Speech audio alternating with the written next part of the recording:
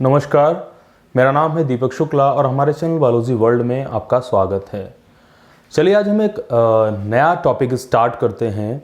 आपके 12th के syllabus में है रेगुलेशन ऑफ जीन एक्सप्रेशन। तो देखिए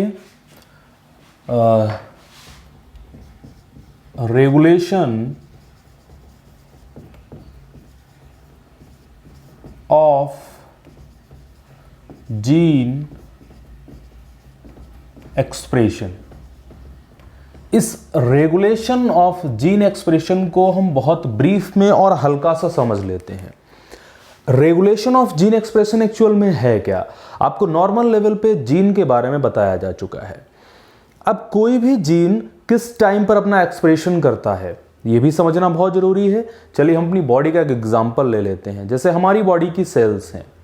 हमारी बॉडी की सेल्स में अगर हम देखें सेल्स के बारे में, तो हमारी सारी सेल्स को हर एक टाइम पर एनर्जी चाहिए। एनर्जी चाहिए मतलब ग्लाइकोलिसिस की प्रोसेस और क्रेब्स साइकिल की प्रोसेस हर एक सेल के अंदर हर टाइम चलेगी। जब ये सारी स्टेप्स हर एक टाइम पर हमारी सेल्स के अंदर चलेंगी, यानी कि इन सारी सेल्स के लिए एंजाइम्स की रिक्वायरमेंट कंटिन्यूअसली होगी हमारी बॉडी को। मींस यानी कि वो जीन्स जो ग्लाइकोलिसिस के लिए और क्रेब्स साइकिल के लिए एंजाइम्स को बनाते हैं, वो कंटिन्यूअसली एंजाइम्स को बनाएंगे। वहीं पर अगर हम फूड लेते हैं, फूड लेने के बाद हमारे ब्लड में ग्लूकोज का लेवल बढ़ जाता है। उस टाइम पर ग्लूकोज के लेवल को कंट्रोल करने के लिए किसकी जरूरत होती है? इंसुलिन की जरूरत होती है। भले ही वो एक हार्मोन है, लेकिन वो एक्सप्रेशन किसका है? जीन का एक्सप्रेशन ही तो है। तो वो पार्टिकुलर जीन एग्जैक्ट उस टाइम पर काम करेगा जब आपने फूड ले लिया है, तब इंसुलिन का प्रोडक्शन होगा और जो एक्स्ट्रा ग्लूकोज है वो हमारे लिवर में और हमारी मसल्स में स्टोर हो जाएगी। उसके बाद फिर इंसुलिन का प्रोडक्शन उस अमाउंट में नहीं होगा। जैसे जैसे रिक्वायरमेंट होगी उस टाइम पर इंसुलिन का प्रोडक्शन होगा। समझ में आया कि नहीं आया? इसी टाइप से होता है हमारे जीन्स का एक्सप्रेशन। कुछ जीन्स ऐसे होते हैं जो कंटिन्यूअसली वर्क करते हैं और एक्सप्रेशन देते हैं, और कुछ जीन्स ऐसे होते हैं जिनसे जो प्रोडक्ट बनना है, जिनसे जो एक्सप्रेशन होना है, जिनसे जो सब्सटेंस का फॉर्मेशन होना है, वो एक पर्टिकुलर टाइम पर होता है जब उसकी ज़रूरत होती है। बस यही चीज़ है रेगुलेशन ऑफ जीन एक्सप्रेशन। आपके सिलेबस में एक ऑपेरॉन सिस्टम दिया गया है ऐसे ही जीन एक्सप्रेशन का, जिसे हम लैक ओपेरॉन बोलते हैं। लैक ओपेरॉन को हम इंड्यूसिबल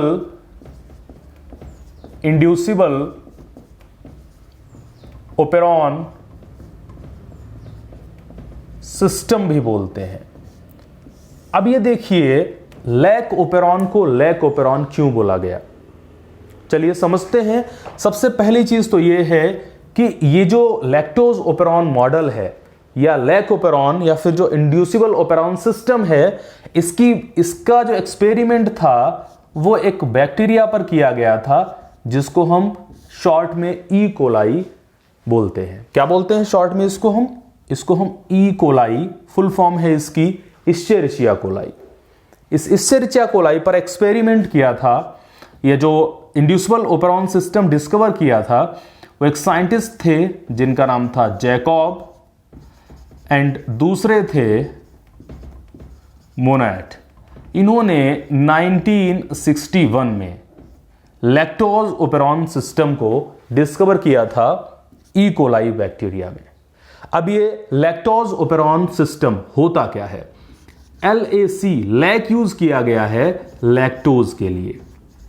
लैक्टोज पता है आपको क्या होता है? एक टाइप की मिल्क शुगर होती है। क्या है लैक्टोज? एक टाइप की मिल्क शुगर। तो ये लैक आया है लैक्टोज से, यानी कि बात दो चीजों से संबंधित है। एक तो लैक्टोज से संबंधित है और दूसरी ई कोलाई बैक्टीरिया से रिलेटेड है। चलिए समझने की कोशिश करते हैं। यानी कि सबसे इंपॉर्टेंट पॉइंट इसमें यह है कि जो लैक्टोज है उसके डाइजेशन से रिलेटेड कॉन्सेप्ट है। चलिए समझते हैं। जैसे ये कोई एक कल्चर मीडियम है कल्चर मीडियम है, पेट्री डिश के अंदर हमने कल्चर मीडियम तैयार किया, उसमें हमने इन ई कोलाई बैक्टीरियाज को ग्रो कराना है। ठीक है ना।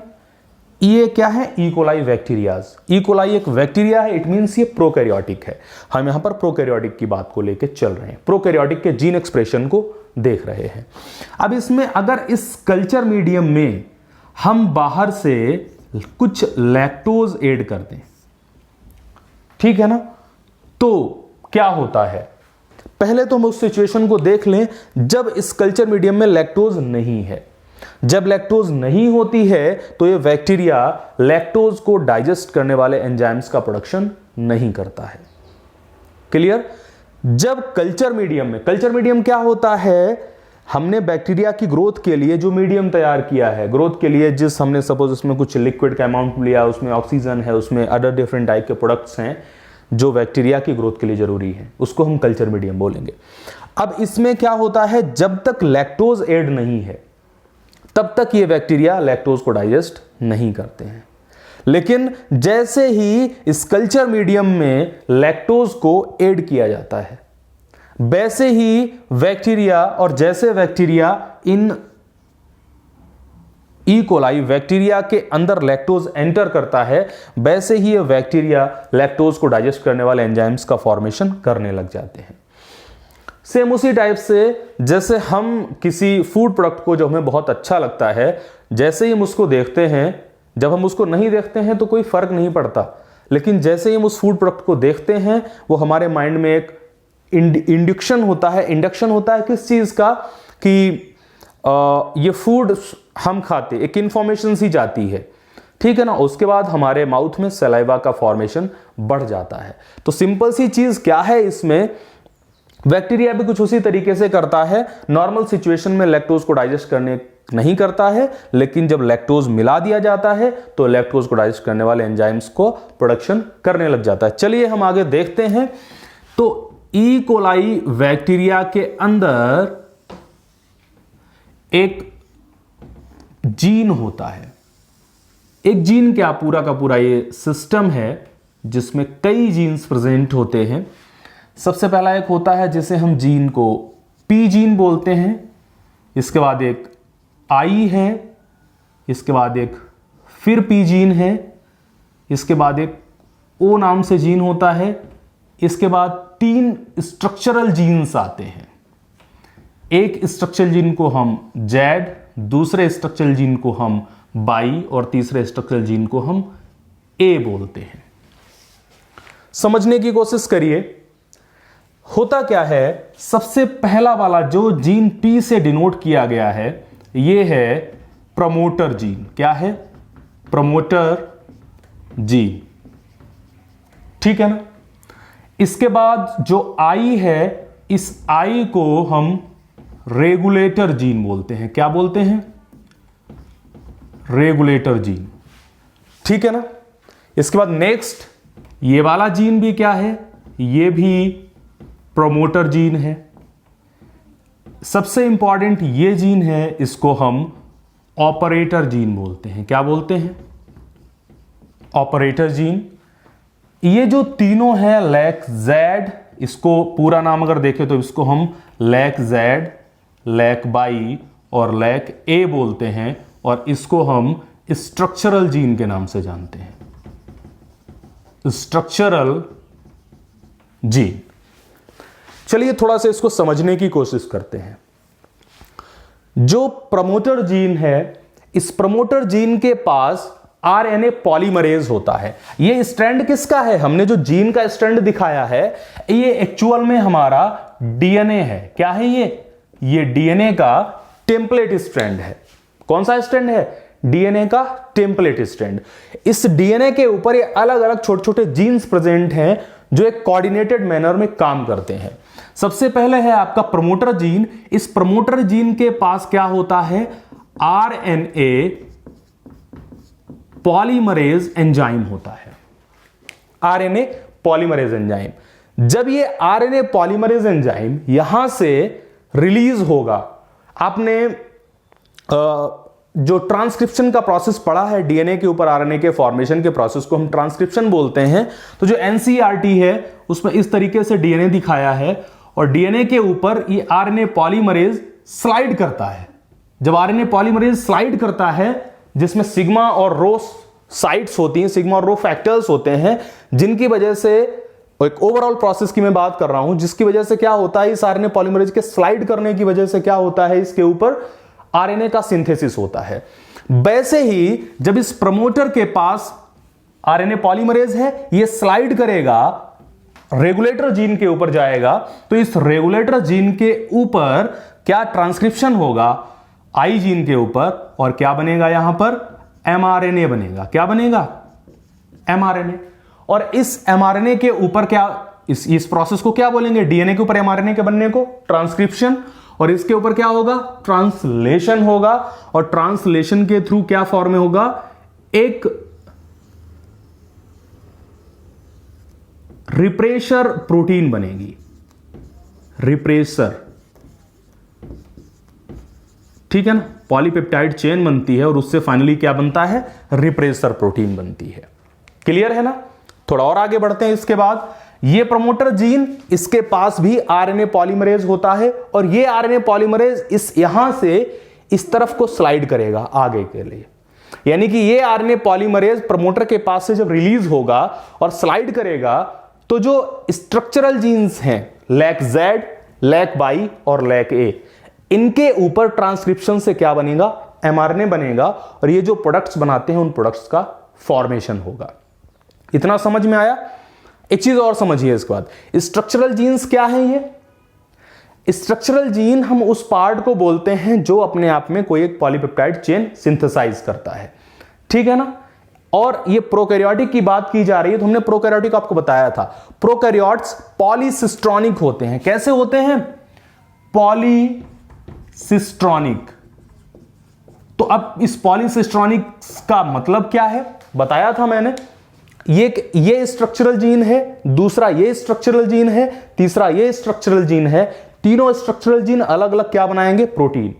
जब किसी एक सिस्टम के अंदर कई अलग अलग ऐसे पार्ट्स हों जो अलग अलग पॉलीपेप्टाइड चेन सिंथेसाइज कर लेंगे उसको हम पॉलीसिस्ट्रॉनिक बोलते हैं। तो प्रोकैरियोटिक के जीन्स को हम क्या बोलते हैं पॉलीसिस्ट्रॉनिक बोलते हैं। अब एक चीज और समझिए, एक तो लॉजिक इसको याद करने के लिए, पहले प्रमोटर है, फिर रेगुलेटर जीन है, फिर प्रमोटर है, फिर ऑपरेटर है, फिर लैक जेड, लैक वाई और लैक ए। लर्न करने का एक शॉर्टकट कॉन्सेप्ट आप अपना सकते हो, इसको पीपो जाया, PIPOZY है, पीपोजाया। तो पीपोजाया से आप ये सीक्वेंस याद कर सकते हो, आपसे कभी गलती नहीं होगी। अब हम समझने की कोशिश करते हैं।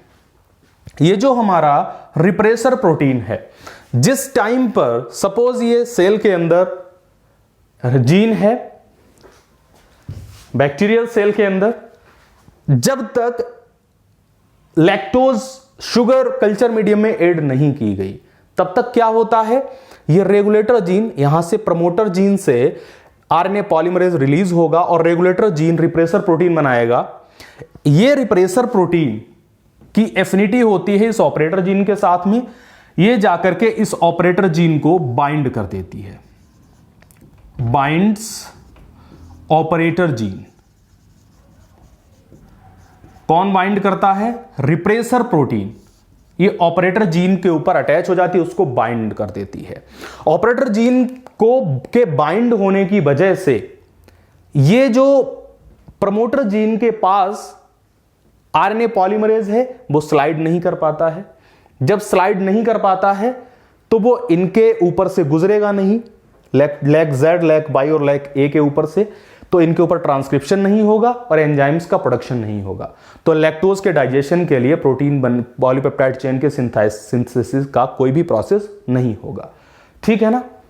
इस सिचुएशन को आपकी एनसीईआरटी में पहले बोला जाता था कि ऑपरेटर का स्विच ऑफ है, यानी कि ऑपरेटर इस टाइम पर बाइंड है, अब काम यहां पे नहीं हो सकता, ठीक है। तो मतलब जिस टाइम पर लैक्टोज नहीं है उस टाइम पर रिप्रेसर प्रोटीन जो रेगुलेटर जीन से बनती है ऑपरेटर को बाइंड कर देती है, प्रोसेस नहीं होता है।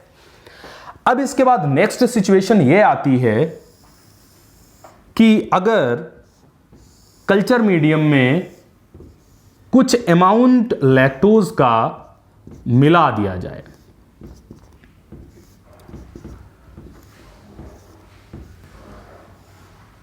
देखिए इसमें, ठीक है ना, सपोज कल्चर मीडियम में कुछ अमाउंट ऑफ लैक्टोज मिला दिया गया, वो लैक्टोज डिफ्यूज होकर के सेल के अंदर जाता है, लैक्टोज, ठीक है ना। ये लैक्टोज सेल के अंदर थोड़ा सा मॉडिफाई हो जाता है, थोड़ा सा, बिल्कुल 1% के आसपास ये कन्वर्ट हो जाता है एलोलैक्टोज में। किस में कन्वर्ट होता है? एलोलैक्टोज में। एलोलैक्टोज क्या करता है आपको पता है, ये आई रेगुलेटर जीन है, इसके ऊपर एमआरएनए बनेगा, इसके ऊपर क्या बना था? रिप्रेशर।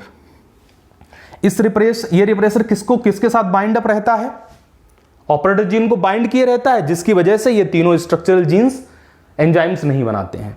अब क्या होगा, इस एलोलैक्टोज की वजह से ये एलोलैक्टोज इस रिप्रेशर के ऊपर बाइंड हो जाती है। एक्चुअल में क्या होता है, ये जो रिप्रेशर प्रोटीन है, ये रिप्रेशर प्रोटीन, इसकी एफिनिटी ऑपरेटर के कंपैरिजन में एलोलैक्टोज के साथ बहुत ज्यादा होती है। तो ये रिप्रेशर प्रोटीन इस एलोलैक्टोज के साथ, अब एलोलैक्टोज के साथ बाइंड हो गई। जब ये एलोलैक्टोज के साथ बाइंड हो जाएगी तो इसका शेप चेंज हो गया, अब ये इसके ऊपर, ऑपरेटर के ऊपर बाइंड नहीं होगी। समझ में आया? अब ऑपरेटर हो गया फ्री। जब ऑपरेटर फ्री हो गया तो क्या होगा, इस प्रमोटर से आरएनए पॉलीमरेज आगे स्लाइड करेगा। आरएनए पॉलीमरेज के स्लाइड करने की वजह से लैक जेड, लैक बाई और लैक ए तीनों के ऊपर ट्रांसक्रिप्शन का प्रोसेस होगा, और प्रोसेस से क्या बनेगा? एमआरएनए। ठीक है, एमआरएनए ये क्या है? ये सारे एमआरएनए दिखाए मैंने अलग अलग, इनके ऊपर ट्रांसलेशन होगा और पॉलीपेप्टाइड चेन्स बनेंगी, ठीक है ना, जो आप फाइनली क्या बनाएंगी? एंजाइम्स बनाएंगी। लैक जेड जो है, इसके ऊपर जो एंजाइम बनता है उसे बोलते हैं बीटा गैलेक्टोसाइडेज। लैक बी के ऊपर जो बनता है, वो लैक बाई के ऊपर जो बनता है उसे हम परमिएज बोलते हैं, और लैक ए के ऊपर जो बनता है उसे हम ट्रांस एसीटाइलेज बोलते हैं। क्लियर है ना?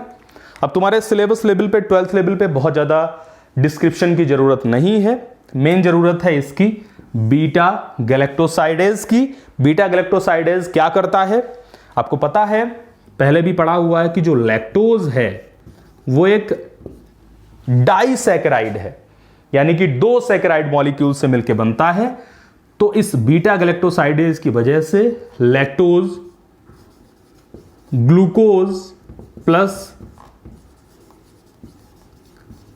गैलेक्टोज में कन्वर्ट हो जाता है, और उसका यूज, लैक्टोज का डाइजेशन कंप्लीट हो गया, क्योंकि डाइसैकेराइड मॉलिक्यूल को मोनोसैकेराइड मॉलिक्यूल में ही तो टूटना है, तो वो टूट जाता है बीटा गैलेक्टोसाइडेज की प्रेजेंस में। दूसरा है परमिएज। ये परमिएज क्या करता है, इसका नाम है परमिएज, मतलब परमिएबिलिटी से रिलेटेड है। एक्चुअल में होता क्या है, जिस टाइम पर ई कोलाई बैक्टीरिया के अंदर लैक्टोज नहीं भी होता है, उस टाइम पर भी बहुत थोड़ी सी परमिएज का अमाउंट प्रोड्यूस होता रहता है। तो जो बहुत थोड़ा सा इस परमिएज एंजाइम का अमाउंट है, उस परमिएज की वजह से ही वो इसकी जो बैक्टीरिया की सेल वॉल है उसको परमिएबल कर देता है लैक्टोज के लिए, तो लैक्टोज इसके अंदर आ जाता है। लेकिन जिस टाइम पर लैक्टोज नहीं होता उस टाइम पर इसका अमाउंट बहुत थोड़ा, बहुत माइनर होता है, ठीक है ना। तो ये परमिएज की इंपॉर्टेंस है। ट्रांस एसीटाइलेज का सिलेबस लेवल पे कोई इंपॉर्टेंस है नहीं तुम्हारे लिए, तो मेरे हिसाब से ये पूरा कॉन्सेप्ट आपको बहुत अच्छे से समझ में आ गया होगा। धन्यवाद।